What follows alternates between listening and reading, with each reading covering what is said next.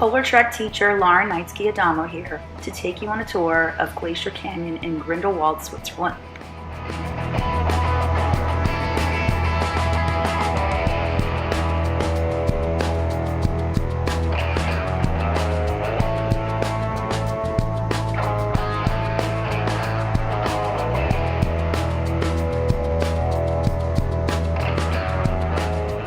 This canyon was carved over thousands of years as the meltwaters from the outer edge of the glacier slowly eroded the bedrock.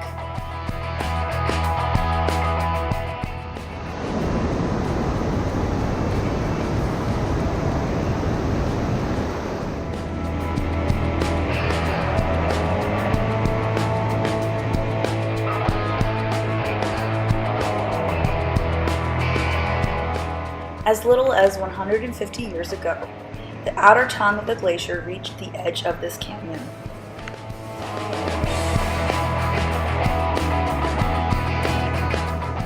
Now this glacier sits several kilometers away and more than 2,500 feet higher in altitude in the valley.